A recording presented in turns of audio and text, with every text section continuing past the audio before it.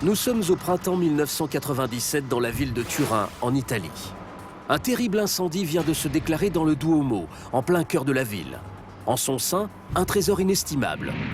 Le Saint-Suaire, la toile de lin qui aurait recouvert Jésus après avoir été crucifié. Une relique mieux protégée qu'une banque, enfermée dans un coffre blindé. Il est protégé par une série de plaques en verre qui résisteraient à un tremblement de terre. Pourtant, un pompier, Mario Trematore, va réussir l'impensable. Détruire cette cage de verre indestructible grâce à une simple masse. C'était une force venue d'ailleurs, et aujourd'hui encore je me demande d'où elle venait. D'où vient cette force herculéenne? S'agit-il d'un miracle divin? Retour sur un phénomène incroyable. Nous sommes le 11 avril 1997. La ville de Turin, dans le nord de l'Italie, va vivre l'une des nuits les plus angoissantes de son histoire. Les 12 coups de minuit viennent de résonner quand soudain, les pompiers sont appelés en urgence. Un terrible incendie vient de se déclarer dans le dôme. Le Duomo, la cathédrale de la ville, un joyau d'architecture. Mais si la panique s'empare de toute la ville, c'est surtout que l'édifice abrite un trésor inestimable, le Saint-Suaire. Le linceul qui aurait enveloppé le corps du Christ après sa mort, il y a plus de 2000 ans. Une relique sur le point de brûler dans ce brasier infernal. Quand nous sommes arrivés sur les lieux, nous nous sommes approchés du dôme. Et là, on a vu des flammes immenses. Elles sortaient des fenêtres de la chapelle du Saint-Suaire. Le Saint-Suaire risque de brûler au milieu du brasier, car personne ne parvient à ouvrir la cage de verre blindé où la relique est enfermée. Une cage conçue pour résister aux tremblements de terre.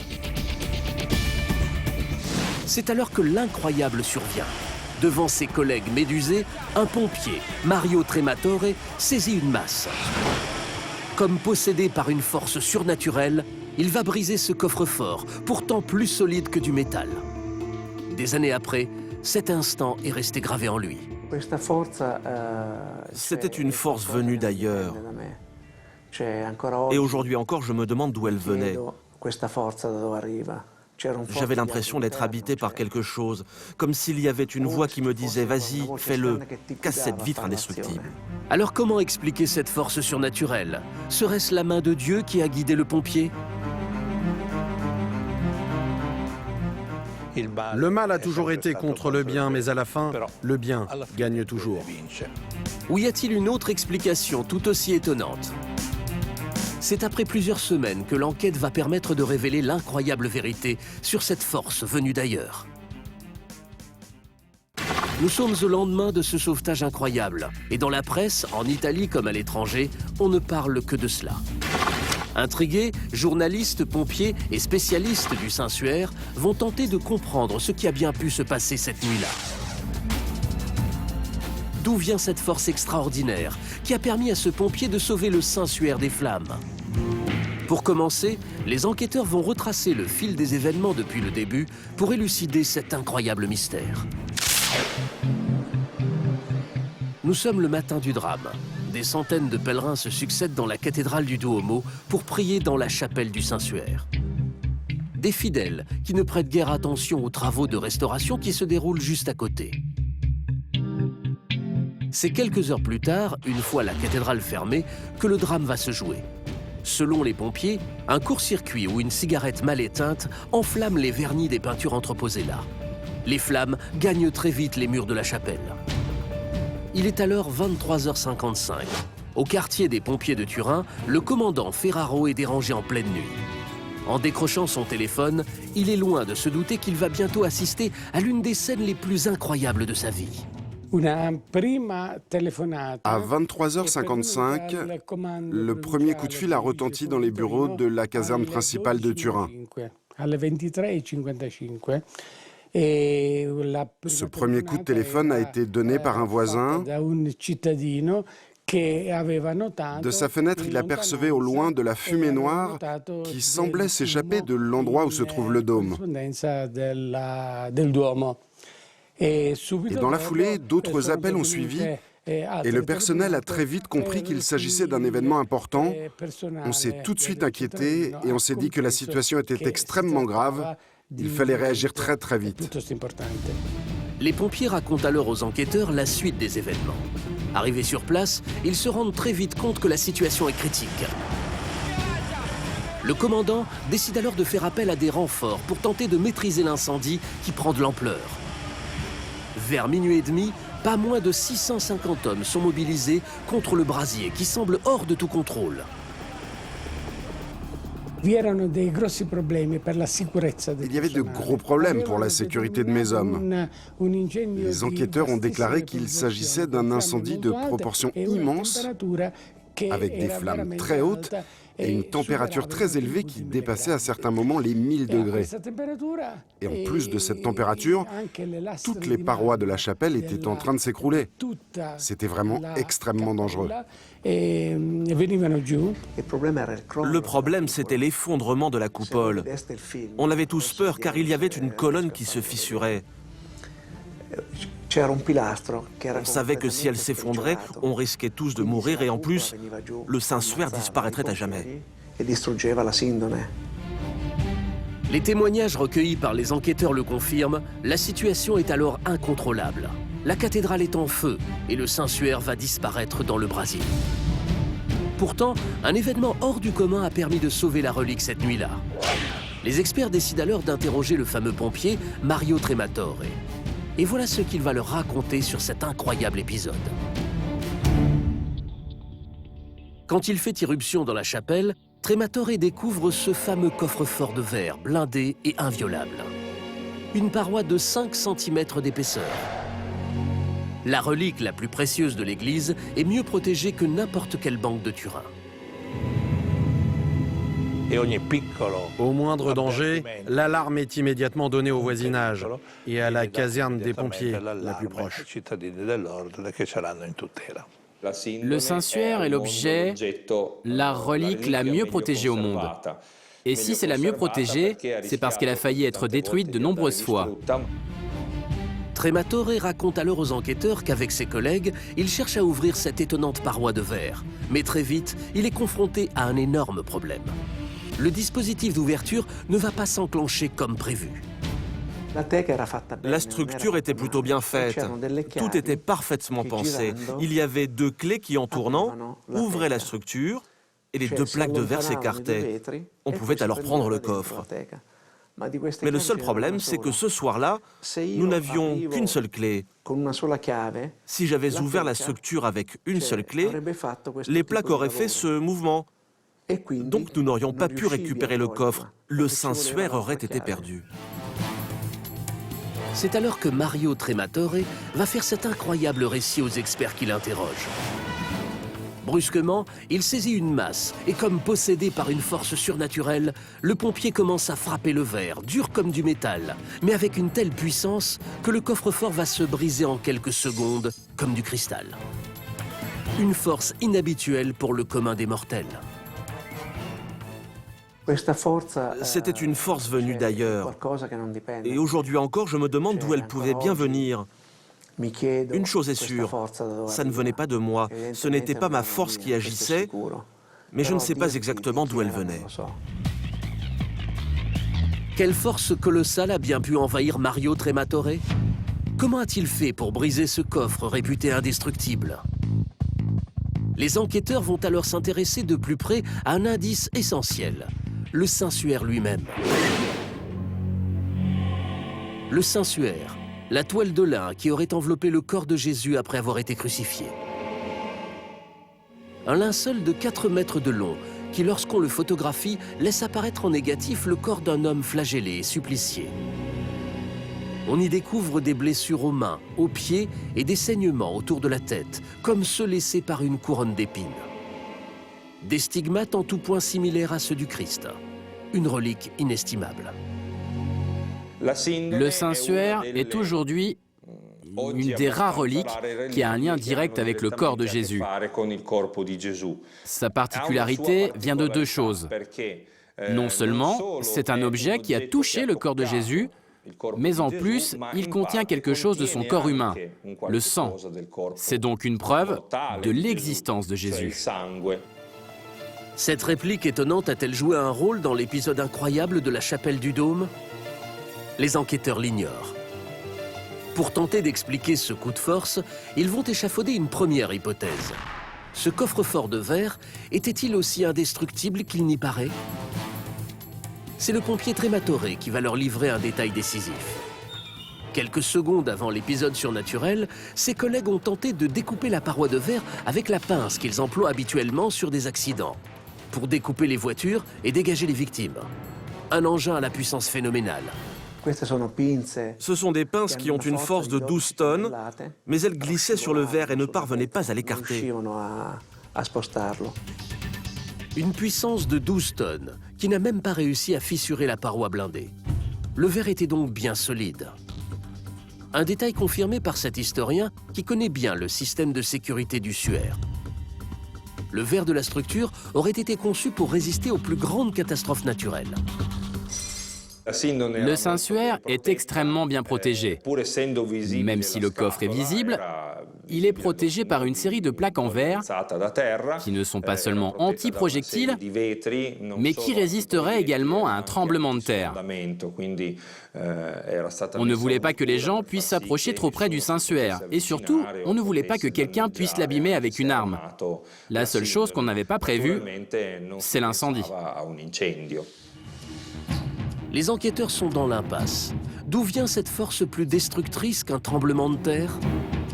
En se replongeant dans les pièces du dossier, ils vont découvrir un nouvel élément qui va relancer l'affaire.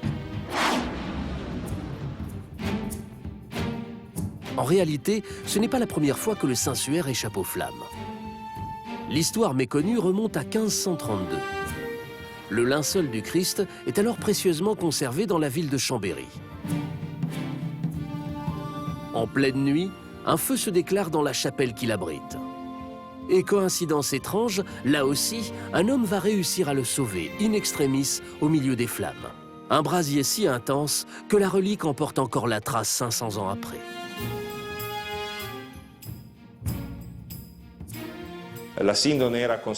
Le Saint-Suaire était conservé dans un coffre en argent.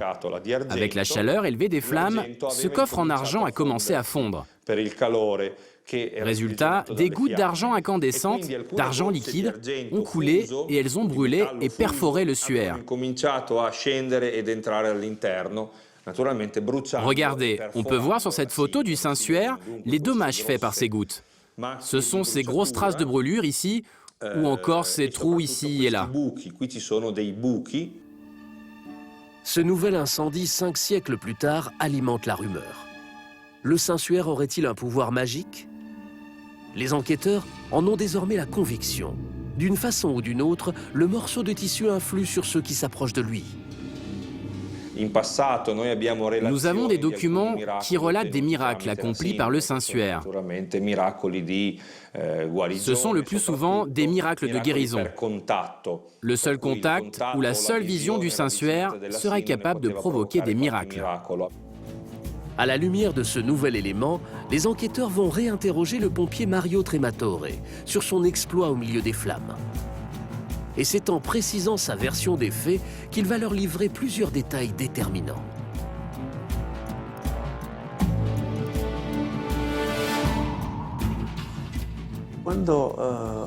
Quand j'ai pris le coffre dans mes bras, je me souviens ne pas avoir senti son poids. C'était incroyable, c'est comme s'il ne pesait rien. Quand je l'ai mis sur mes épaules et que j'ai commencé à marcher, je ne sentais pas non plus le sol sous mes pieds. C'était comme si j'étais en train de voler ou de flotter. Ensuite, c'est en sortant de l'église qu'il s'est passé la chose la plus extraordinaire. J'ai entendu des pleurs d'enfants, un peu comme le cri d'un nouveau-né. J'étais surpris, je me demandais ce qui se passait. Et alors j'ai tenté de comprendre d'où cela pouvait bien venir. Et en faisant un peu plus attention, je me suis rendu compte que ces cris d'enfants venaient du coffre du Saint-Suaire. Vraiment, ça venait de l'intérieur. Des pleurs d'enfants presque hallucinatoires.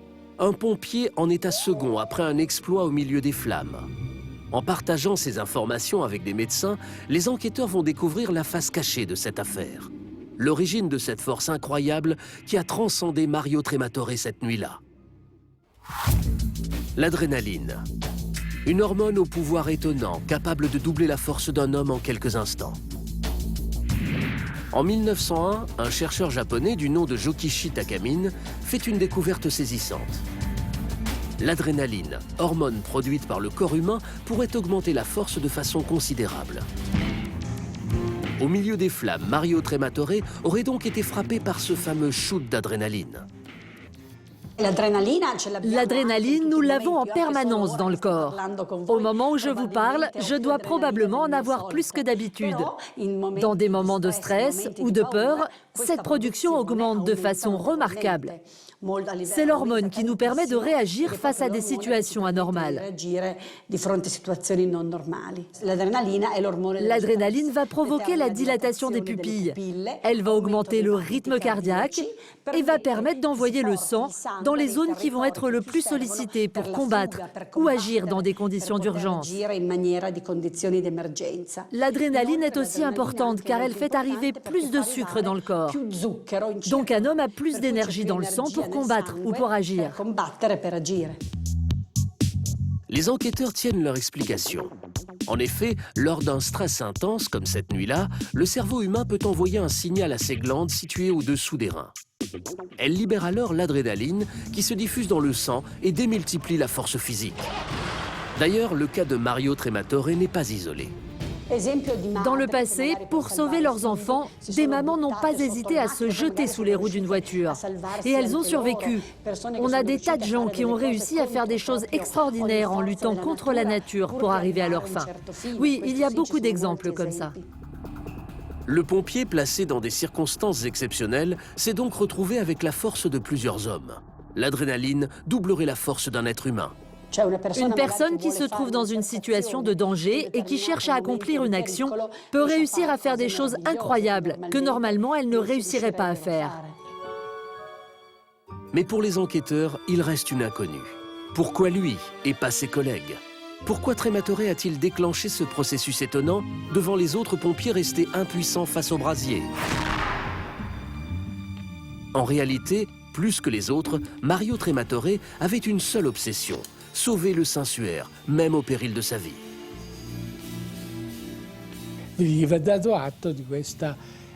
On doit lui reconnaître une volonté hors du commun.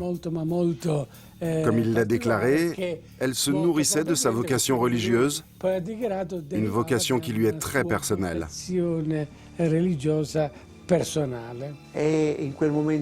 À ce moment-là, tu casses. Tu n'as pas d'autre pensée. La chose que tu gardes dans un coin de la tête, c'est cette peur de mourir. Mais en moi, la seule vraie pensée, c'était de sauver le sensuaire. C'était vraiment ma motivation première et l'unique idée que j'avais en tête. Un incendie qui s'abat sur une maison ou un autre lieu, peu importe lequel, c'est toujours un drame. Et cet homme pris par un désir immense de sauver la Sainte Relique n'a agi qu'avec un marteau. Il a réussi à détruire la structure indestructible où se trouvait le coffre et il a pu le mettre à l'abri. En un sens, c'était son devoir, mais moi je pense que c'est sa foi qui lui a permis de réaliser cet exploit. Les enquêteurs en sont convaincus, l'adrénaline est à l'origine de toute cette histoire. D'ailleurs, sitôt le danger écarté, la force herculéenne du pompier a disparu de façon spectaculaire. Quand je suis sorti du dôme, je me suis évanoui. Je suis littéralement tombé par terre sur les marches. Après l'action, à cause de l'agitation cardiaque, à cause de l'augmentation du rythme du cœur et à cause de cette grande performance, il est fort probable qu'il y ait un contre-coup et qu'on soit en hypotension. Souvent, les gens tombent dans les pommes et se sentent généralement très mal. L'exploit du pompier de Turin n'avait donc rien de surnaturel. Sa ferveur religieuse et cette réaction hormonale face au danger sont bien à l'origine de sa force incroyable. Un événement qui l'a rendu célèbre, mais qui a surtout marqué un tournant dans sa vie. Quelques semaines plus tard, le pape Jean-Paul II a personnellement remercié Mario Trematore pour son courage. On s'est retrouvés seuls dans l'église et quand je me suis approché de lui, il m'a tendu la main. J'étais vraiment perturbé, beaucoup plus qu'au moment du sauvetage d'ailleurs. à tel point que je n'arrivais pas à trouver l'anneau sur sa main. Je lui ai donc embrassé toute la main.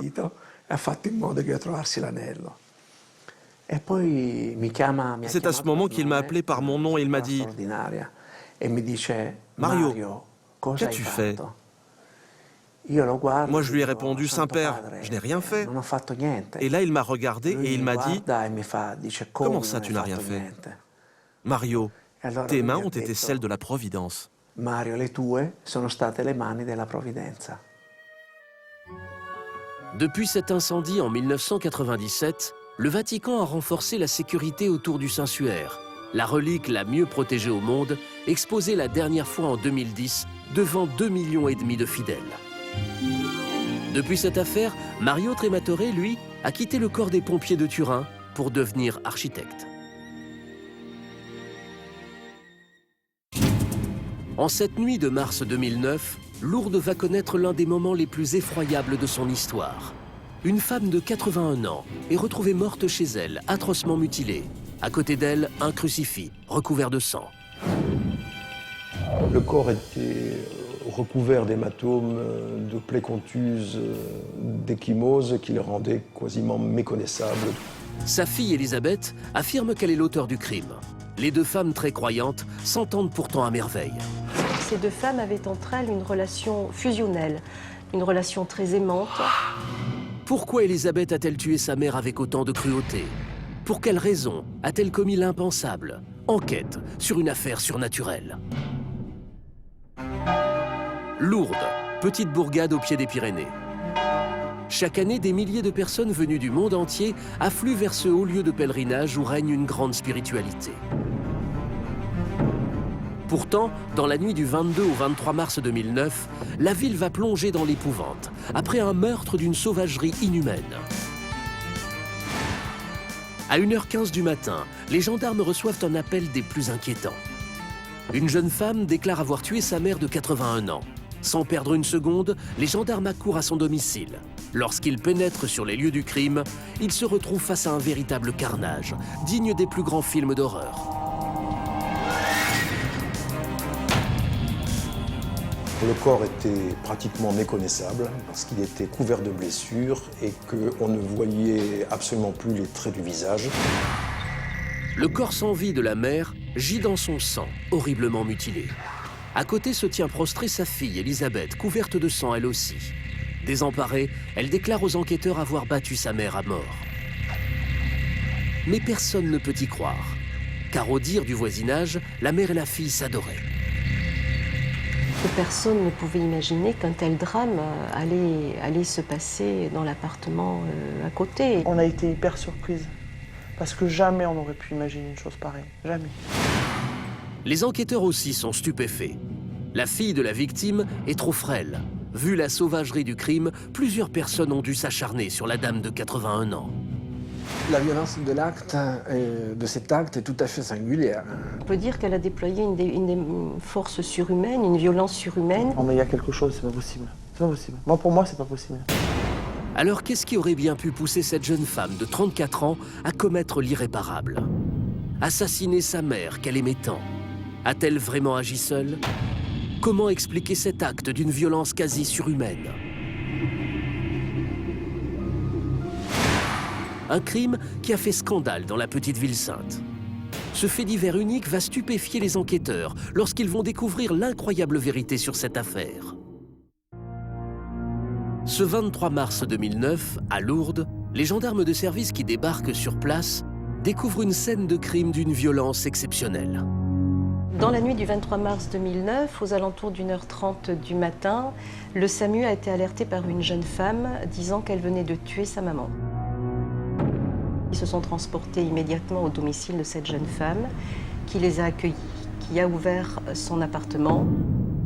La fille était dans un état de surexcitation, les mains pleines de sang et le visage taché de sang. Face à eux se tient cette jeune femme de 34 ans maculée de sang. Dans un état second, elle les conduit dans la chambre où se tient le corps sans vie de sa mère. Les enquêteurs n'ont jamais vu ça. Il est très rare de trouver un cadavre mutilé de cette façon. Ils découvrent le corps d'une femme très abîmé, avec de très nombreuses traces de violence. Le corps était recouvert d'hématomes, de plaies contuses, d'ecchymoses qui le rendaient quasiment méconnaissable par la multiplicité de ces traumatismes dispersés sur toute la surface du corps. Manifestement, il y avait une lutte très violente et manifestement, il y avait eu un acharnement très important sur la victime. En découvrant la scène, les enquêteurs arrêtent aussitôt la jeune femme. Même si cela paraît difficile à croire, elle devient la principale suspecte. Il n'y avait personne d'autre dans la pièce, donc c'est sur la fille que se sont portées toutes les suppositions, dans la mesure où elle avait du sang sur les mains et où elle était dans cet état qui était paranormal. Elle a été immédiatement identifiée comme étant celle qui avait commis le meurtre pour 2 raisons. La première, c'est que c'est elle qui avait alerté le SAMU en disant « je viens de tuer ma maman ». La seconde, c'est lorsque les services du SAMU et de police arrivent, elle ouvre immédiatement sans même demander qui est là. Et la troisième raison, c'est qu'elle est couverte de sang elle-même. Tous les éléments permettent de confirmer que c'est bien elle, effectivement, l'auteur du meurtre. La jeune femme prostrée dans son mutisme ne semble plus être en possession de tous ses moyens. Les enquêteurs décident donc de la placer d'office dans un hôpital psychiatrique. Mais alors quel terrible secret cache-t-elle pour avoir commis cet acte odieux? Pour percer ce mystère, les gendarmes vont tenter d'en savoir un peu plus sur cette fille et sa mère qui n'étaient pas originaires de la région.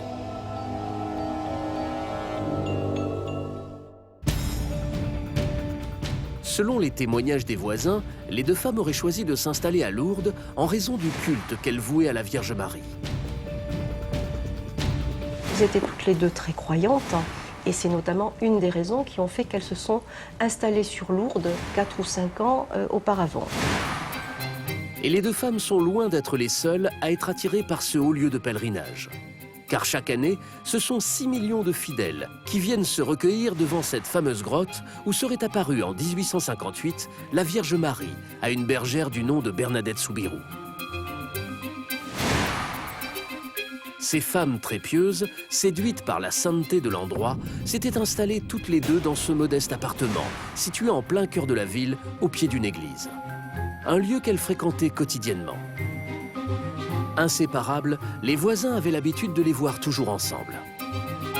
Ces 2 femmes avaient entre elles une relation fusionnelle, une relation très aimante, une relation attachante. Elles prenaient soin l'une de l'autre. Elles étaient tout le temps toutes les 2, bras dessus, bras dessous. Vraiment, on sentait une grande complicité entre la mère et la fille. On avait l'impression qu'elles étaient heureuses toutes les 2. Et puis, la maman couvait beaucoup sa fille. Si elles étaient aussi fusionnelles, pour quelle raison la fille aurait-elle éliminé la mère? Drame familial ou non, le mystère reste entier. Les gendarmes vont donc tenter d'en savoir plus sur les dernières heures qui ont précédé le drame. Ils vont apprendre que les 2 femmes avaient passé leur soirée ensemble, comme à l'accoutumée, et aucun indice ne permet de penser qu'il existait une tension entre elles. La veille au soir, la voisine nous indique avoir entendu des bruits de discussion, mais tout à fait normal, sans jamais avoir entendu de bruit de dispute. Personne ne pouvait imaginer qu'un tel drame allait se passer dans l'appartement à côté, et surtout pas leur voisine, qui, lorsqu'elle a été réveillée à 3 h du matin par les enquêteurs, ne pouvait pas un seul instant imaginer ce qui s'était passé pendant la nuit. Les policiers se trouvent alors dans une impasse. Les 2 femmes semblaient bien sous tout rapport. Ils décident alors d'approfondir leurs recherches. Et au détour d'un interrogatoire de voisinage, ils découvrent que derrière ces apparences, la mère et la fille semblaient cacher un bien lourd secret. Il semblerait que les relations avec leur famille aient été plus difficiles. Apparemment, il y avait des difficultés dans la fratrie. Ils ne se rencontraient plus, ils ne se voyaient plus. La mère était divorcée, il y avait peut-être un contentieux passé avec le père, mais il n'y avait plus de relation entre les frères et sœurs et avec le papa de la jeune femme. Quel événement traumatisant a poussé la mère à rompre avec ses autres enfants? Un secret de famille que les 2 femmes n'ont jamais évoqué à leurs voisins. Est-ce pour fuir un passé trouble qu'elles se sont installées à Lourdes afin de plonger dans la prière? Elles n'ont jamais parlé de leur vie avant de venir s'installer à Lourdes. Elles étaient hyper mystérieuses par rapport à ça.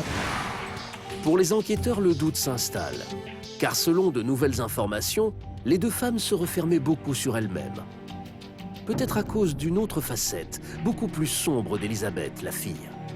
Je pense que c'était deux personnes qui étaient quand même pas mal recluses sur non. Je pense pas qu'elles côtoyaient beaucoup de monde.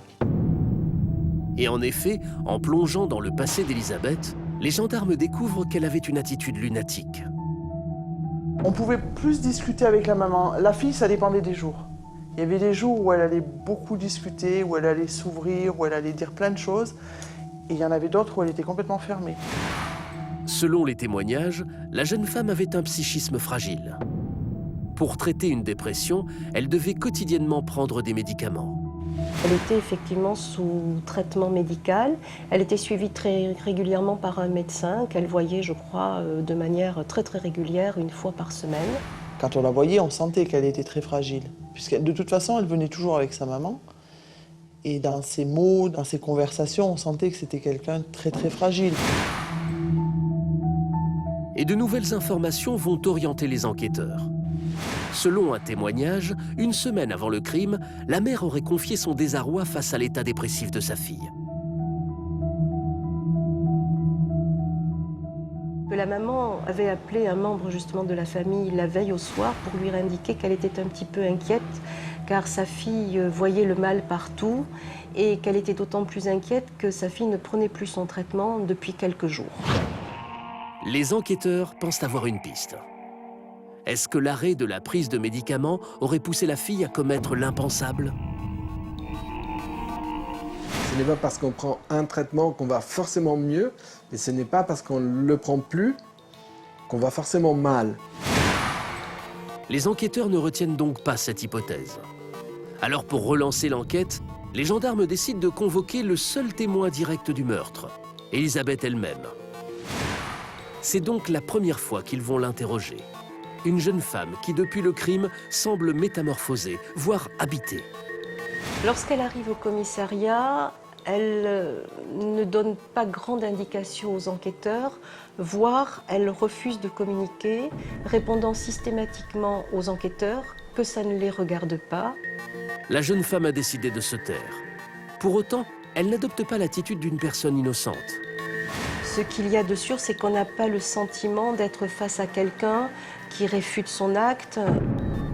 En ne fournissant aucun mobile, allant même jusqu'à se contredire, la jeune femme est dans la ligne de mire des enquêteurs. Lorsque les enquêteurs lui demandent si elle s'entend bien avec sa maman, à une reprise, elle dira oui. Et puis, 2 lignes plus loin, elle dira non parce qu'elle ne fait pas bien la cuisine. On a l'impression de quelqu'un qui bascule dans une sorte de bulle, qui n'est plus tout à fait présente au moment des questions, qui est partie quelque part ailleurs. La meurtrière supposée n'est plus en mesure de donner des éléments cohérents. Mais au milieu de ses propos désordonnés, une phrase terrifiante va attirer l'attention des enquêteurs. Elle indiquait qu'elle avait fait un cauchemar et qu'elle avait vu le diable. Une vision diabolique qui l'aurait poussée à tuer sa mère. Des propos troublants. Les enquêteurs vont alors se pencher sur l'hypothèse d'un acte satanique. Une piste d'autant plus crédible que nous sommes à Lourdes. L'atmosphère qui règne dans la ville sacrée aurait-elle poussé Elisabeth à ce crime épouvantable?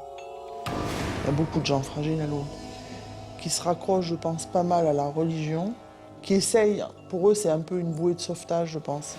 Lourdes et son aura mystique a-t-elle joué un rôle dans ce crime atroce?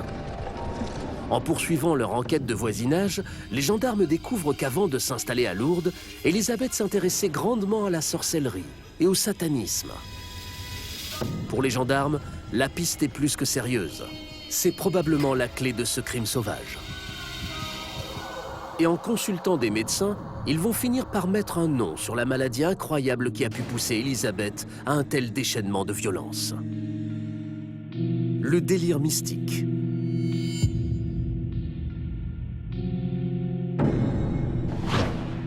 Une obsession religieuse qui finit par déformer la réalité, même dans certains cas rarissimes, conduire au crime.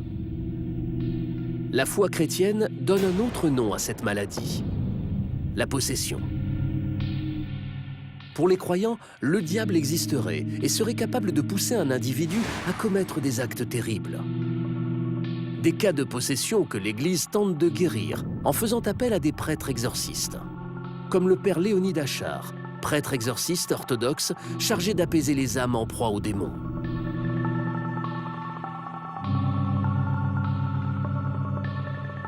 Chacun va voir sa propre représentation du diable. Il peut s'incarner dans un corps, dans le mien, dans le vôtre, dans celui de n'importe qui. Il prend toutes les formes que notre esprit crée en permanence, notre imaginaire. Le cas de possession le plus célèbre est celui de la jeune Allemande Annelies Michel, dont la vie tragique a servi de modèle pour le film L'exorcisme d'Émilie Rose. Cette jeune femme de 17 ans, convaincue d'être sous l'emprise de forces démoniaques, a sombré peu à peu. À l'époque, elle mord, mange des insectes et finit par cesser de s'alimenter. Pour les exorcistes, elle est possédée par plusieurs démons qui se manifestent par sa bouche. En voici un extrait audio où on entend sa voix devenue méconnaissable.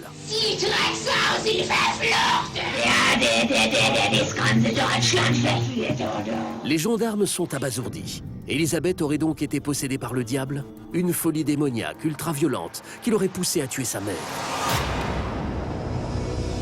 Elle aurait très bien pu être influencée à ce point d'être la servante de Satan. Oui, c'est très possible. Une hypothèse confirmée par plusieurs médecins de Lourdes spécialisés dans les affaires religieuses. C'est très possible qu'elle était sous l'effet d'esprits vraiment diaboliques qui peuvent aller jusqu'à tuer. Des personnes possédées par le démon que seul un exorciste peut libérer en pratiquant un rite spectaculaire. En voici quelques images dans cette vidéo saisissante. Impéracle, le Christ commande! Le Christ commande à toute nature humaine, il vient tous les incarner, à tout causer des individus. Le rite consiste notamment à asperger la personne d'eau bénite ou à lui apposer un crucifix sur le cœur. Mais ces cas de possession ne sont pas des phénomènes courants. Sur un exercice de plus de 20 ans, j'ai eu peut-être 4 à 5 cas maximum, dont un vraiment très fort. À la lumière de cette information stupéfiante, les gendarmes vont tenter de reconstituer le déroulement du meurtre. Ils font alors appel au docteur Disteldorf, médecin légiste. Après avoir procédé à l'autopsie de la mère, le médecin leur révèle un scénario qui fait froid dans le dos.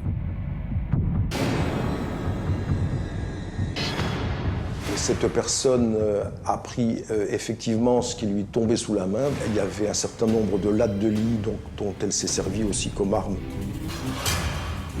Ces lésions étaient associées en même temps à un fait extraordinaire, un certain nombre de morsures sur certaines parties du corps, en particulier la joue, le menton, les coudes et puis les avant-bras, puisque la personne s'était un petit peu débattue. Face à cette violence inouïe, la mère n'a eu aucun moyen d'échapper au coup de sa fille Elisabeth.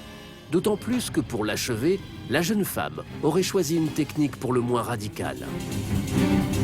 La fille, durant son agression, était montée sur sa mère. Elle a sauté sur le corps à pieds joints, l'a piétiné de tout son poids. Donc elle lui avait enfoncé le thorax. À ce moment-là, l'agonie a été extrêmement courte puisqu'elle serait morte dans une dizaine de minutes. Et un détail troublant va venir corroborer la thèse d'un délire mystique. L'une des armes du crime n'est autre qu'un crucifix. La jeune femme, dans un état d'excitation extrême, aurait empoigné la croix qui se trouvait au-dessus du lit et s'en serait servie pour abattre sa mère.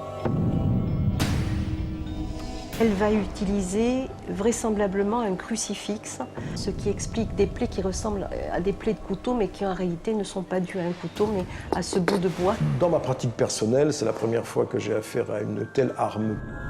Les enquêteurs n'en reviennent pas. Ainsi, prise dans son délire, Elisabeth se serait servie du crucifix comme les prêtres exorcistes s'en servent pour s'attaquer au diable.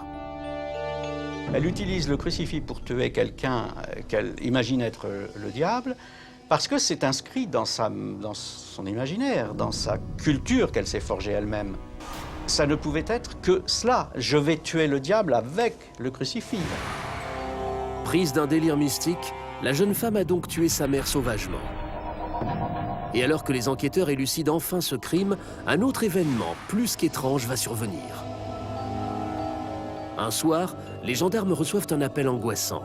L'hôpital psychiatrique les informe qu'Elisabeth a été retrouvée morte le matin même dans sa chambre d'hôpital. 3 jours après le meurtre, le personnel soignant l'a découverte inanimée dans sa chambre entre 9h30 et 10h du matin. Ils ont essayé de la réanimer, ce n'a pas été possible. Les enquêteurs sont consternés. Qu'est-ce qui a pu provoquer la mort de la jeune femme? Les aides-soignantes, en la trouvant étendue morte à côté de son lit, n'ont trouvé aucune trace de violence sur son corps. La thèse du meurtre est donc tout de suite écartée. Quant à l'hypothèse d'un suicide, elle est aussi très vite exclue. Rien dans le dossier ne permet d'évoquer, j'allais dire, un quelconque suicide. Alors, pour déterminer les circonstances précises de ce décès, les gendarmes vont de nouveau faire appel au docteur Disteldorf pour pratiquer une autopsie, cette fois sur le corps de la fille. Nous avons eu l'extrême surprise, 3 jours plus tard, d'être informés du décès donc, de l'agresseur présumé. Quand nous avons fait l'autopsie, elle s'est bloquée la respiration. Alors, est-ce que c'était conscient ou inconscient, ou est-ce que c'était intriqué à l'état de mal épileptique? Comment cette jeune femme, qui se trouvait seule dans sa chambre, a-t-elle pu s'empêcher de respirer au point de se donner la mort?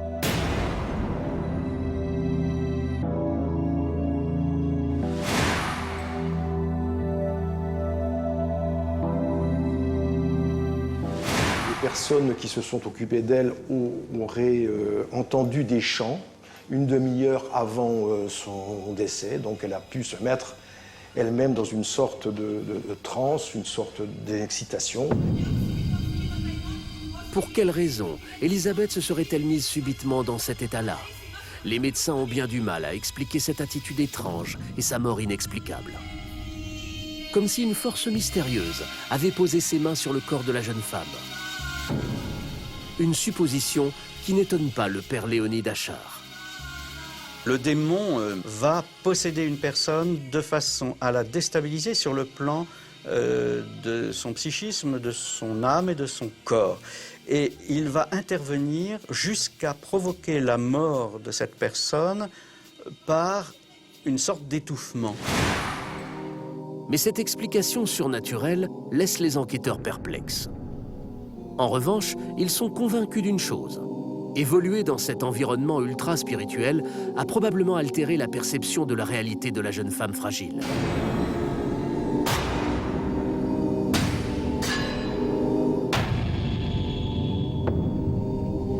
Elle était possédée par cet univers religieux, par cette relation dont elle n'arrivait pas à sortir pour faire son propre projet existentiel. Donc de ce côté-là, effectivement, elle était bien possédée.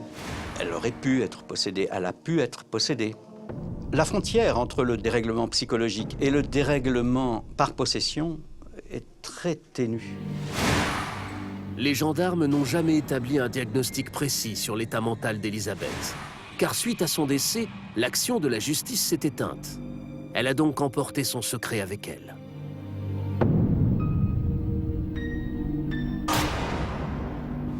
C'est sûr qu'elle a emporté le mystère avec elle. Elle a emporté le mystère dans la tombe. Elle, sa maman, et puis son secret. Quoi qu'il en soit, les cas de possession rapportés auprès de l'Église se multiplient.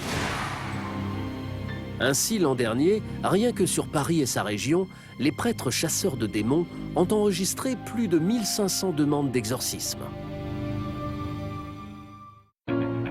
Comme chaque année, Serge François, un fervent croyant, vient faire son pèlerinage à Lourdes. Mais ce 12 avril 2002, l'homme gravement handicapé à la jambe va vivre l'impensable.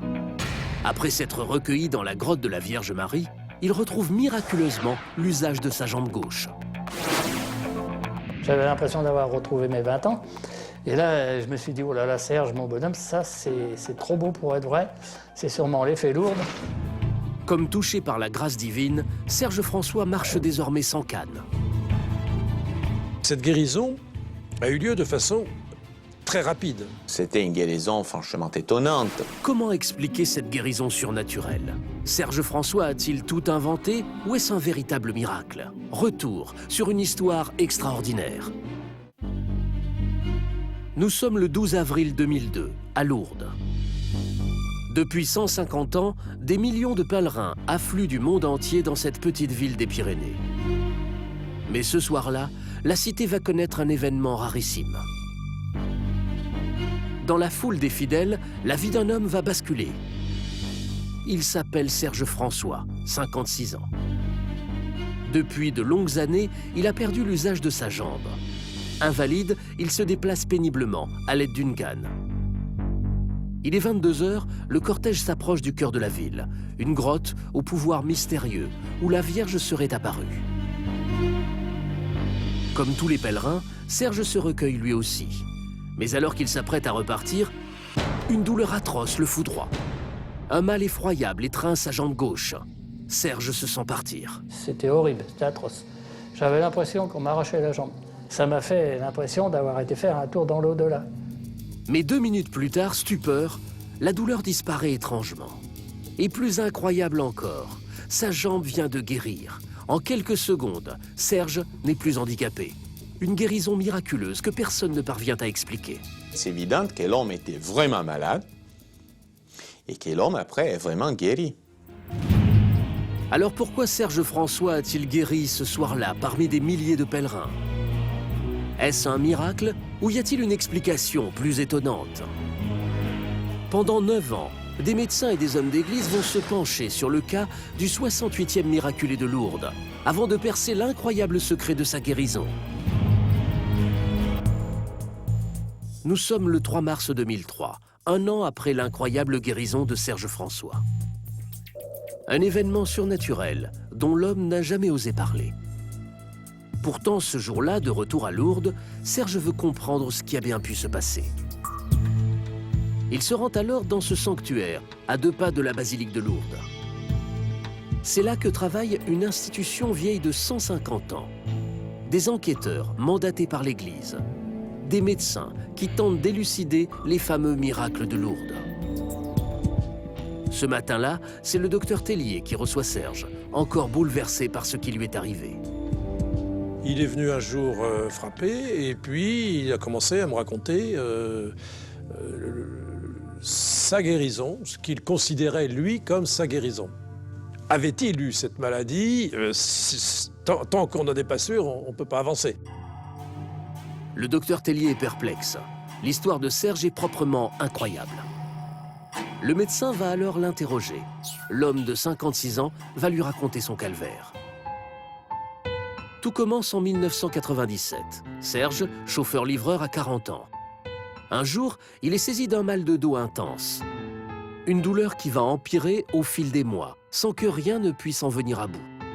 On a tout essayé, des traitements par voie orale, des centres de rééducation, des cures thermales, il n'y avait rien qui faisait. La suite, Serge va la raconter à l'enquêteur de Lourdes, le docteur Tellier. Accablé par la douleur, il tente le tout pour le tout. Il décide de subir une opération pour soulager son dos. Mais l'intervention chirurgicale connaît une terrible complication.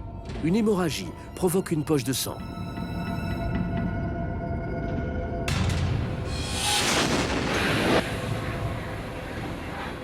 Au décours de l'intervention, il a eu un gros hématome. Et donc les gens, après un hématome notamment, ont des espèces de douleurs séquelaires et qui sont très invalidantes. La vie de Serge vient de virer au cauchemar. Suite à l'opération, Serge est paralysé de la jambe gauche. Cloué au lit, il va recevoir pendant des mois des doses astronomiques de morphine. Je prenais quand même 12 à 15 comprimés de calmants quotidiennement tous les jours. Des médicaments inefficaces. Serge doit s'y résoudre. Il est handicapé à vie. Désormais, l'ancien chauffeur-livreur ne peut plus se déplacer sans sa canne. J'avais un gros handicap pour me déplacer. Je ne pouvais rien faire. Si j'essayais de soulever quelque chose, je m'écroulais. Mais voilà, l'homme que le docteur Tellier a face à lui ce jour-là n'a rien d'un paralytique. L'enquêteur de Lourdes décide alors de l'ausculter. Quand je l'ai examiné, en effet, sa jambe était normale, ses réflexes étaient normaux, il pouvait marcher, s'accroupir. Ça m'a semblé un examen normal. Mais alors comment Serge François a-t-il pu guérir en quelques secondes ce 12 avril 2002? Pour tenter de le savoir, l'enquêteur demande au pèlerin de lui raconter le fil des événements, celui de cette fameuse nuit. Ce 12 avril 2002, Serge François se trouve donc à Lourdes en pèlerinage. Ce fervent croyant est un habitué des lieux. Seulement trop faible pour participer à la procession, Serge François admire cette marche illuminée de flambeaux, depuis la fenêtre de son hôtel. Quand soudain, il a un flash. Et à la fin de la procession, j'ai eu comme une soudaine envie de me rendre à la grotte. Comme ça m'a pris d'un coup. 22 h, Serge François sort de sa chambre. À cet instant, il est témoin d'une bien étrange expérience. En marchant dans le couloir de l'hôtel, j'ai eu d'étranges sensations. J'avais comme une présence à côté de moi. J'avais l'impression qu'on me suivait. Et je me suis retourné, je m'en souviens encore comme si c'était hier, je me suis retourné comme ça. Mais étonnamment, Serge ne trouve personne derrière lui. Il continue donc à s'avancer, et là encore, une nouvelle surprise l'attend. Quand je suis arrivé devant l'ascenseur, au 4e étage, là, les portes se sont ouvertes toutes seules. Serge est comme accompagné par une force invisible. Mais une fois dehors, son handicap le tenaille. Difficilement, il s'agrippe à tout ce qu'il peut pour rejoindre la fameuse grotte de Lourdes. Et c'est là, en effleurant la roche, que Serge ressent un immense besoin de s'agenouiller. Il va décrire une étrange expérience mystique.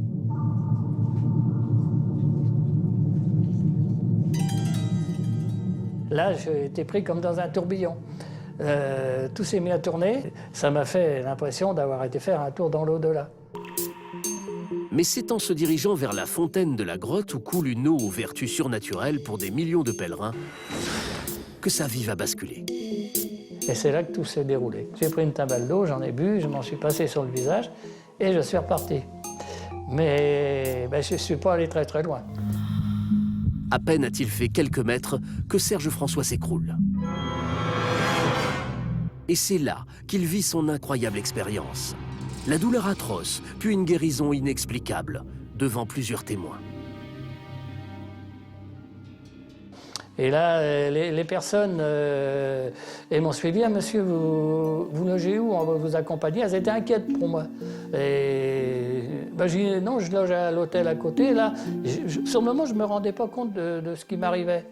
Et c'est en montant la petite côte de la porte Saint-Joseph, aussi agile qu'un lapin, que je me suis dit c'est bizarre, je monte presque en courant comme un enfant. Et là, c'est vraiment en arrivant en haut de la côte, je me suis dit j'ai monté la côte comme ça, presque en courant. J'avais l'impression d'avoir retrouvé mes 20 ans. Et là, je me suis dit oh là là, Serge, mon bonhomme, ça c'est trop beau pour être vrai. C'est sûrement l'effet Lourdes. Serge François a-t-il bénéficié d'un miracle? À en croire son récit, peut-être. Mais voilà, le docteur Tellier, l'enquêteur de Lourdes, est loin d'en être convaincu. Car parmi les millions de fidèles, les témoignages de guérison affluent chaque année. J'avais en moyenne une 50aine de déclarations par an, donc une par semaine en moyenne. Sur le lot, il y en avait une dizaine qui me semblaient très sérieuses. Les autres, soit c'était des gens qui essayaient de se faire remarquer, qui essayaient, qui voulaient se faire mousser un peu. Des pèlerins quelque peu illuminés qui aimeraient bien profiter de la renommée mondiale de cette petite ville des Pyrénées. Mais l'Église et son représentant sur place, l'évêque de Lourdes, ont pris l'habitude de ces témoignages parfois fantaisistes. Aujourd'hui, ça serait extrêmement tentant, des gens qui pensent qu'ils vont faire du fric ou qu'ils vont faire de l'image. Donc ça, c'est tout de suite repéré, ça c'est vite éliminé, ça. Jamais on n'a pu, aucun des cas examinés ici et pris au sérieux, dire « mais vous vous êtes fait rouler, la personne s'est fait passer pour malade, mais elle ne l'était pas. » Jamais, non, on n'est pas fou. Crédible ou pas, les enquêteurs de l'Église sur place doivent faire face à des témoignages troublants. Des miracles qui se succèdent depuis une étrange apparition il y a 154 ans à Lourdes. Nous sommes en 1858, et à l'époque, la ville qui va devenir le 3e lieu de pèlerinage catholique au monde n'est qu'un petit village de 4000 habitants. Un jour d'hiver, une petite bergère de 14 ans, Bernadette Soubirous, va chercher du bois. Quant à l'entrée d'une grotte, elle est témoin d'une apparition. La Vierge Marie, selon elle. Cette petite fille de 14 ans qui était en présence d'une personne qui avait vécu 2000 ans avant. Enfin, c'est quand même assez surprenant. Une vision mystique qui se reproduira à 18 reprises, les semaines suivantes. Lors de l'une de ces apparitions, la jeune fille, sur les indications de la Vierge, découvre une source d'eau au pied du rocher. Les apparitions de Marie à Bernadette ont été d'une grande simplicité, qui a tout de suite touché beaucoup de monde. Très vite, la nouvelle se répand et on accourt de toute la région à Lourdes. Jusqu'au jour où une paysanne, Catherine Latapie, paralysée du bras, est miraculeusement guérie après avoir bu l'eau de la fameuse source. Depuis, une 60aine de guérisons inexpliquées ont été recensées. Une aura mystique qui attire chaque année 6 millions de pèlerins, invalides et malades. Tous dans l'attente d'un miracle. Une guérison surnaturelle décrétée par les fameux enquêteurs de l'Église, le docteur Tellier et une dizaine de ses collègues. Le service qui est demandé au bureau par l'Église, ce n'est pas de bâtir des miracles, mais c'est plutôt d'expliquer et chercher la vérité. Alors Serge François a-t-il dit la vérité ou a-t-il inventé toute cette histoire pour attirer l'attention? Pour le savoir, le docteur Tellier va enquêter plus avant. Il contacte le médecin traitant du chauffeur-livreur pour consulter son dossier médical avant la fameuse nuit. Et à la découverte de ces radios, l'enquêteur va rapidement écarter l'hypothèse d'un mensonge. Le bas de son dos était alors dans un état catastrophique. Il avait une sciatique paralysante qui durait depuis suffisamment longtemps pour amener une pathologie très handicapante pour lui. Le mystère reste entier. Comment Serge François a-t-il pu guérir instantanément en se recueillant devant cette grotte? L'enquête piétine. Alors le docteur Tellier contacte un professeur de médecine spécialiste du dos et de ses maladies. Le deuxième temps après, ça va être de confier ce dossier à un spécialiste de la maladie. Un mois plus tard, le professeur rend son verdict et il est sans appel. La guérison de Serge François est inexplicable. Pour le docteur Tellier, le dossier prend une nouvelle tournure. Lourdes est-elle sur le point de découvrir un nouveau miracle de la grotte? L'enquêteur de l'Église va alors déclencher une procédure très rare depuis 150 ans. Comme on peut le voir sur ces images, il convoque une dizaine de sommités de la médecine venus du monde entier pour interroger Serge François. Le chauffeur-livreur est pris sous le feu des questions. Et là, j'ai compris ce que c'était. Je me suis retrouvé au bureau médical avec 12 médecins devant moi. On m'a posé tout un tas de questions, comment ça s'était passé et tout. J'ai commencé un petit peu à paniquer. Je suis d'accord que c'est une épreuve. Pour un malade qui a guéri, les médecins ont tendance à douter de ce qu'il a dit. Les indices qui m'interpellent en général, c'est que cette guérison, finalement, va dans le sens des fameux critères de Lambertini que l'Église a mis en place à une certaine époque, bon, c'est pas récent, c'est au XVIIIe siècle, pour envisager une guérison comme miraculeuse. Les critères de Prosper Lambertini, autrement connu sous le nom de Benoît XIV. Un pape qui édicta les règles d'un miracle de l'Église. Une guérison instantanée, totale et surtout définitive. Dans le cas de Serge François, je me suis rendu compte qu'on était dans le cadre. C'est-à-dire que c'était une maladie grave, handicapante. Et deuxièmement, quand même, ce qui est important, c'est que cette guérison a eu lieu de façon très rapide. C'était une guérison franchement étonnante parce que vous pouvez avoir en médecine des améliorations, mais jamais avec un retour normal et complet à la vie précédente. Après des mois d'investigation, les enquêteurs vont rendre leurs conclusions. Le cas de Serge François est un miracle. le 68e reconnu par l'Église à Lourdes.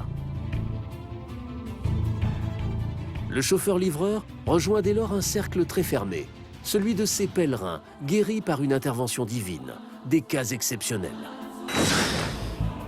À l'image de Marie Bigot, la 59e miraculée qui retrouva subitement la vue et l'ouïe à Lourdes. Ou le petit Francis Pascal, 3 ans, aveugle et quasi mourant, qui recouvra la vue et se remit à marcher devant la grotte. Ou bien plus récemment, Jean-Pierre Belly, atteint d'une sclérose en plaques, déclaré invalide à 100%, il guérit subitement en 1987 lors d'un pèlerinage.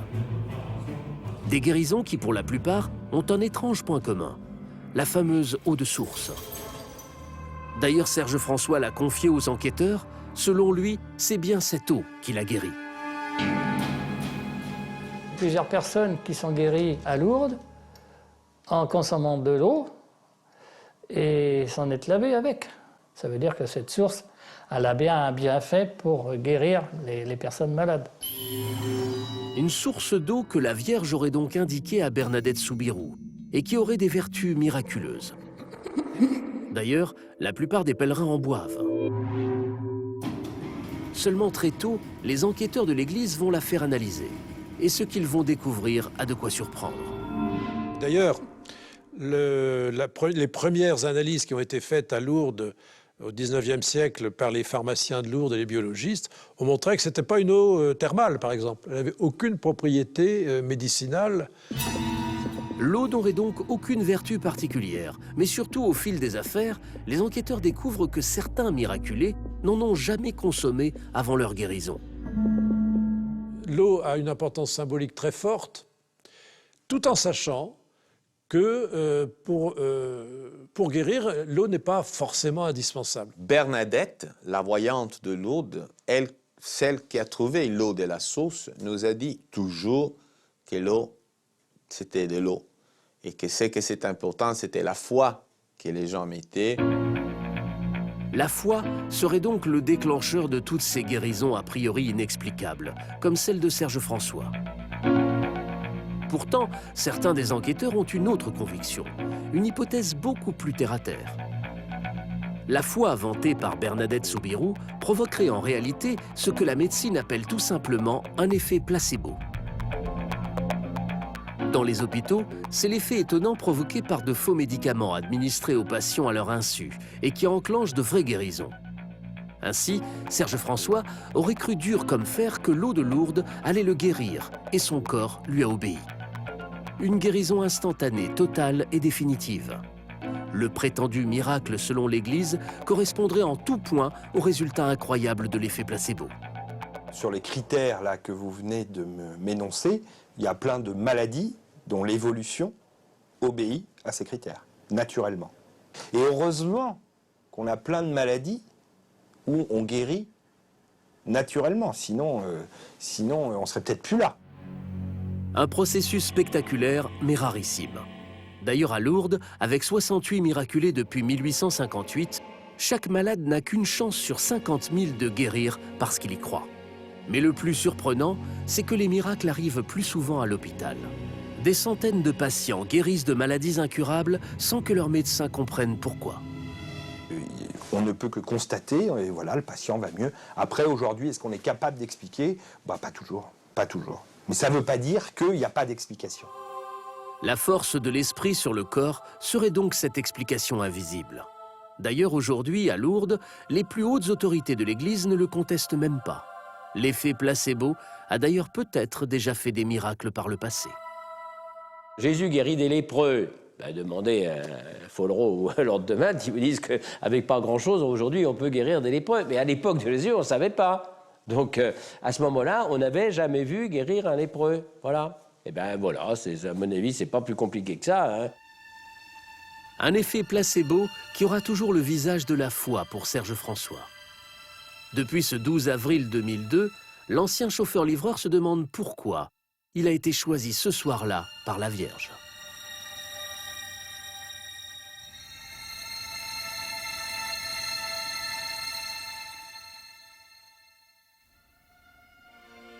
Je lui parle souvent Je lui demande souvent pourquoi est venu vers moi. Depuis l'affaire de Serge François, 2 nouveaux cas de guérisons inexpliquées sont à l'étude à Lourdes. Ils pourraient être bientôt reconnus par l'Église. 2 miracles qui viendraient alimenter l'incroyable ruée sur Lourdes et sa grotte au pouvoir surnaturel.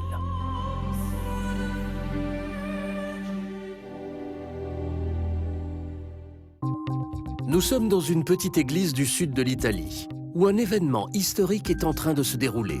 L'exhumation du corps de Padre Pio.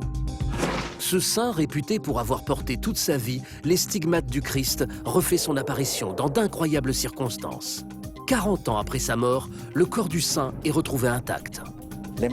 Ses mains et ses ongles étaient parfaits. On aurait dit que Padre Pio était passé chez la manicure. Comment le corps de ce faiseur de miracles a-t-il résisté autant? Le Padre Pio est enterré de façon normale, il n'y a pas de préservation particulière. Quel étrange mystère se cache derrière cette conservation? Enquête sur un secret bien gardé. Nous sommes le 3 mars 2008. Le petit village de San Giovanni Rotondo, dans le sud de l'Italie, va vivre l'une des nuits les plus marquantes de son histoire. Un peu après minuit, une congrégation d'hommes d'église et de médecins se retrouve pour déterrer le corps d'un saint, Padre Pio. Un homme célèbre pour avoir accompli des miracles, mais plus encore pour avoir été frappé toute sa vie par les stigmates, les plaies du Christ sur la croix. Alors que le corps de Padre Pio repose depuis 40 ans dans cette église, l'incroyable survient. Les témoins découvrent d'abord cette vitre embuée. Et une fois qu'ils vont la retirer, c'est la stupeur générale. Alors qu'il ne devrait rester que des os, le corps du saint est intact 40 ans après sa mort. Il était totalement reconnaissable. Il avait encore sa barbe, les poils de sa barbe, sa peau. À certains endroits, c'était carrément comme si sa chair était toujours vivante. Un corps en parfait état de conservation. Les témoins n'en reviennent pas. Ce phénomène est d'autant plus incroyable que rien ne laissait présager une telle trouvaille. Le Padre Pio est enterré de façon normale, il n'y a pas de préservation particulière à ce qu'on sait. Il n'est pas destiné à être exposé, il n'a donc pas de traitement. Alors comment expliquer cette étrange conservation? Existerait-il un lien entre la vie spirituelle de cet homme et la non-décomposition de son corps? Ça ne me surprend pas que le Seigneur ait conservé son corps. C'est son corps qui lui a permis de devenir saint. Padre Pio, c'est le deuxième Christ. Ou y aurait-il une autre explication tout aussi étonnante? C'est après plusieurs mois que l'enquête va permettre de révéler l'incroyable vérité sur ce corps intact. Dès le lendemain matin, l'histoire fait le tour du monde. La presse en Italie comme à l'étranger ne parle que de cela. 40 ans après sa mort, le temps n'a pas eu d'effet sur le corps de Padre Pio. Des journalistes, des médecins et plusieurs historiens. Parmi eux, Giovanni Filoramo et Sergio Luzzatto vont alors se saisir de l'affaire. Des enquêteurs qui vont tenter de comprendre comment le corps du saint a pu ainsi se conserver. Pour commencer, ils vont revenir sur le fil des événements et cette incroyable nuit de l'exhumation de Padre Pio. Nous sommes le 3 mars 2008, il est 1h du matin. Une opération exceptionnelle va se dérouler dans le sanctuaire du petit village des Pouilles, San Giovanni Rotondo. Pour le 40e anniversaire de sa mort, le Vatican souhaite exposer le cercueil de Padre Pio. Une exhumation supervisée par Monseigneur Domenico D'Ambrosio. Des hommes d'église et des médecins privilégiés sont présents. Et voilà ce qu'ils vont raconter aux enquêteurs. Le corps de San Pio était presque à 1 mètre sous terre. Nous avons retiré l'énorme dalle en marbre qui recouvrait la tombe et nous avons ouvert la sépulture. Ce qu'ils découvrent alors est impressionnant. La vitre du cercueil est recouverte d'une épaisse condensation, mais on y distingue malgré cela la forme d'un corps toujours entier. Le verre est ensuite retiré devant une poignée d'élus qui découvrent l'incroyable phénomène. Après 40 ans passés sous terre, le corps du saint est donc en parfait état de conservation, comme s'il avait été embaumé. Ses mains et ses ongles étaient parfaits. On aurait dit que Padre Pio était passé chez la manucure. Ils étaient tellement bien conservés. Son corps était vraiment préservé. Les médecins présents sont ébahis. Jamais ils n'ont assisté à un tel phénomène. Car normalement, juste après le décès, n'importe quel corps entre en décomposition. Le corps va très vite s'altérer. Très vite, il va y avoir l'action des microbes internes. On a de nombreuses bactéries, notamment dans le tube digestif, qui vont faire leur effet de dégradation. Au bout de quelques jours, en température normale, une moisissure, une transformation, un noircissement de la face qui devient vite tout à fait méconnaissable, ce qui est extrêmement contraire à ce qu'on trouve dans le cas du Padre Pio. 40 ans après, on peut s'attendre à avoir uniquement des résidus squelettiques. Et à ce moment-là, même la moelle osseuse n'est plus existante à l'intérieur des os. Une semaine après cette exhumation, le corps miraculeux va être exposé à la foule des fidèles.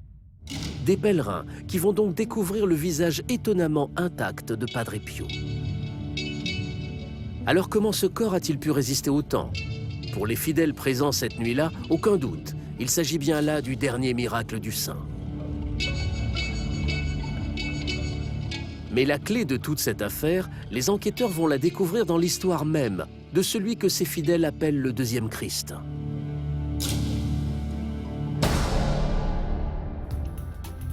De son vrai nom Francesco Forgione, Padre Pio est né en 1887, dans une famille très pauvre. Tôt, le jeune Francesco est captivé par la religion. Il a montré depuis tout jeune une sincère vocation religieuse. Puis il est entré au séminaire et est devenu prêtre très tôt. Il est ordonné frère capucin à l'âge de 15 ans. Mais un matin, son destin bascule, alors qu'il est en train de prier. Un jour, il est en train de prier, un matin, dans la petite église du couvent, et il est en train de regarder de manière de fixer le crucifix, et puis c'est des rayons partent, pour ainsi dire, des plaies, des stigmates du crucifix, et inscrivent des stigmates sur son propre corps. Padre Pio a donc vécu avec des plaies aux mains, aux pieds et au torse, les mêmes blessures que Jésus-Christ sur la croix. Des plaies qui ne se refermeront et ne s'infecteront jamais pendant 50 ans. Les stigmates, c'est unique. Il n'y avait pas eu dans l'histoire de l'Église de prêtre qui soit stigmatisé. Jamais. Jamais dans l'histoire de 2000 ans de christianisme. Et puis on dit qu'il était capable de miracles. Donc Padre Pio, c'est une deuxième incarnation. Padre Pio, le stigmatisé, aura donc par ailleurs des pouvoirs de guérison. Et c'est en interrogeant les témoins de l'époque que les enquêteurs vont en apprendre beaucoup plus sur cet incroyable personnage. Padre Pio a à peine 30 ans que déjà dans toute l'Italie, on ne parle que de lui. Il aurait rendu la vue à un enfant aveugle. Et un peu plus tard, un autre don apparaît, la bilocation. Padre Pio serait apparu au même moment à plusieurs endroits. Des pouvoirs miraculeux qui, dès les années 50, attirent les foules dans ce petit village des Pouilles.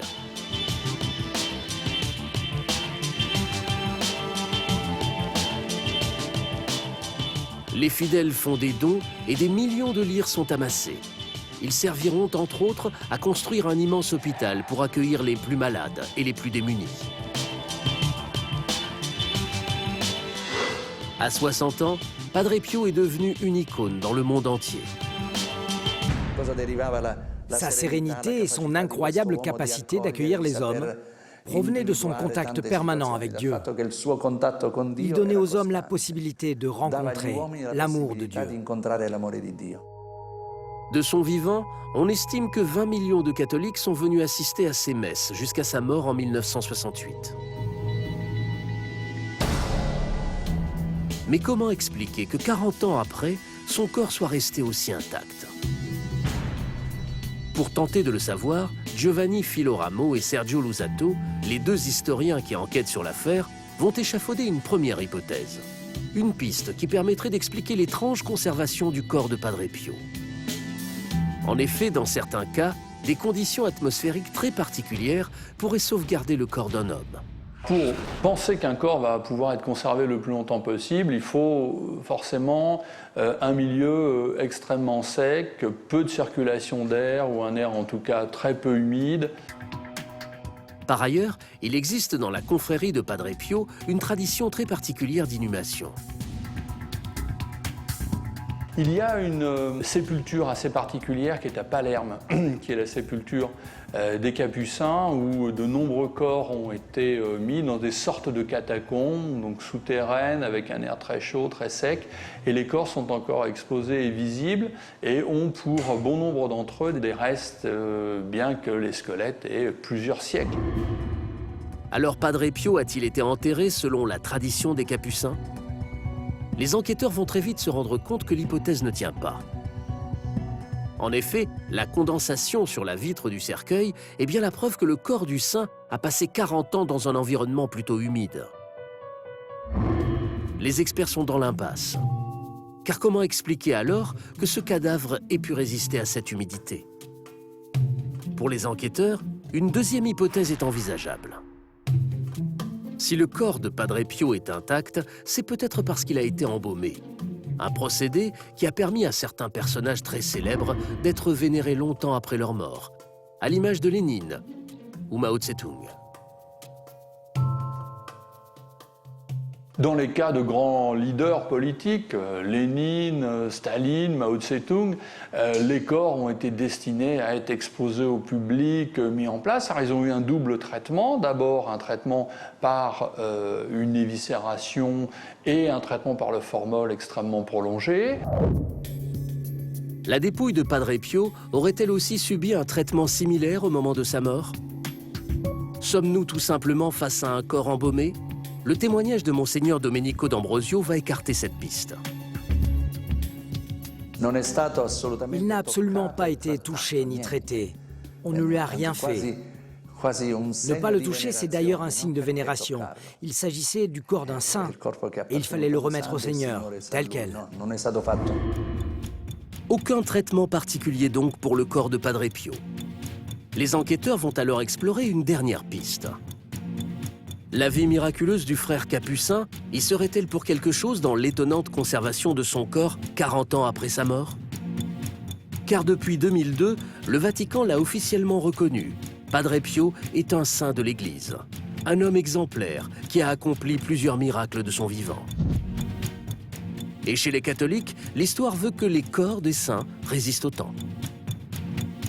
Il y a une sorte de réputation de sainteté qui veut que, à la fois, les papes de l'Église et les saints de l'Église aient une chair, ce qu'au Moyen-Âge on appelait la chair impassible. C'est-à-dire une chair qui ne souffre pas du même type de dégradation, de dégénérescence de l'individu commun. Voilà. Et donc, on aurait pu s'attendre que Padre Pio, en vrai saint, pour ainsi dire, ait effectivement ce genre de chair impassible. Donc une chair qui défie, si vous voulez, les lois de la biologie pour s'inscrire dans une logique et dans une sorte de législation supérieure. D'ailleurs, en poussant leurs investigations, les enquêteurs découvrent que Padre Pio n'est pas le seul saint dont le corps soit resté intact. La dépouille de Bernadette Soubirous, la petite bergère qui aurait vu la Vierge à Lourdes, est elle aussi étonnamment conservée. Le corps des grands hommes de foi serait donc étrangement préservé. On est face à une figure qui a énormément donné.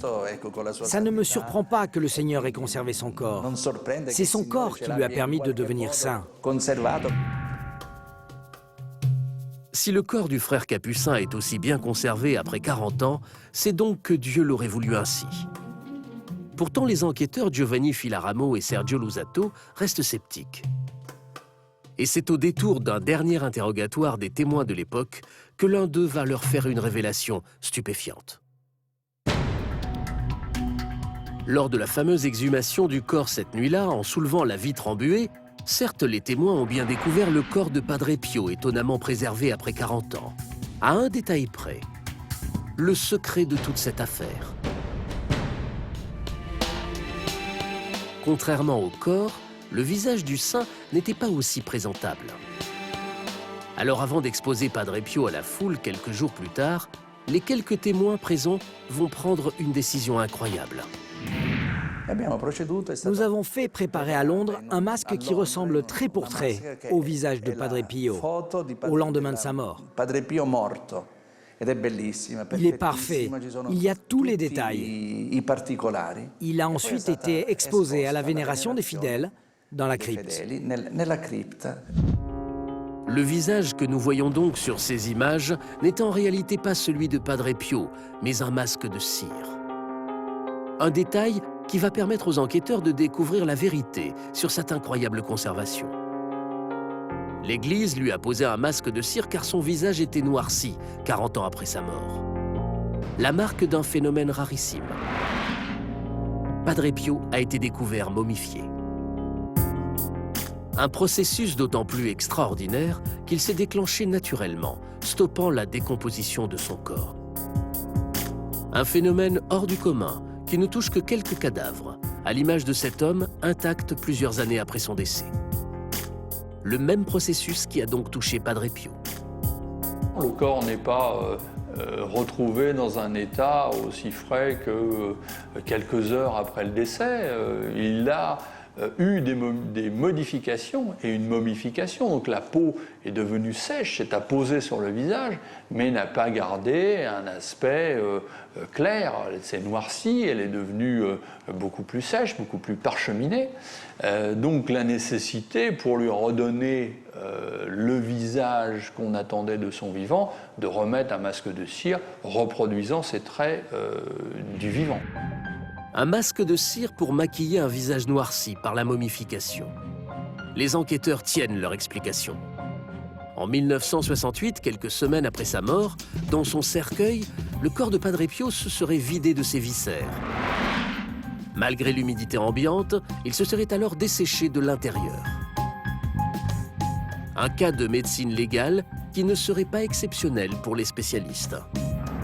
Dans mon expérience de médecin légiste, j'ai vu des corps parfaitement momifiés, desséchés, rendus à l'aspect non corruptible du corps. Seulement cette nuit-là, le corps momifié n'est pas n'importe lequel. C'est celui d'un homme vénéré dans le monde entier. Les enquêteurs en sont persuadés, les témoins de l'époque savent que la nouvelle va faire son effet sur les foules. Lorsqu'on va exhumer Padre Pio, il y a une attention particulière, il y a une sensation du public présent à croire au miracle, ce qui n'est pas le cas lorsqu'un individu tout à fait banal, lors d'une exhumation, parce qu'il faut rassembler les corps dans un cimetière, va ressortir avec une apparition de corps momifiés.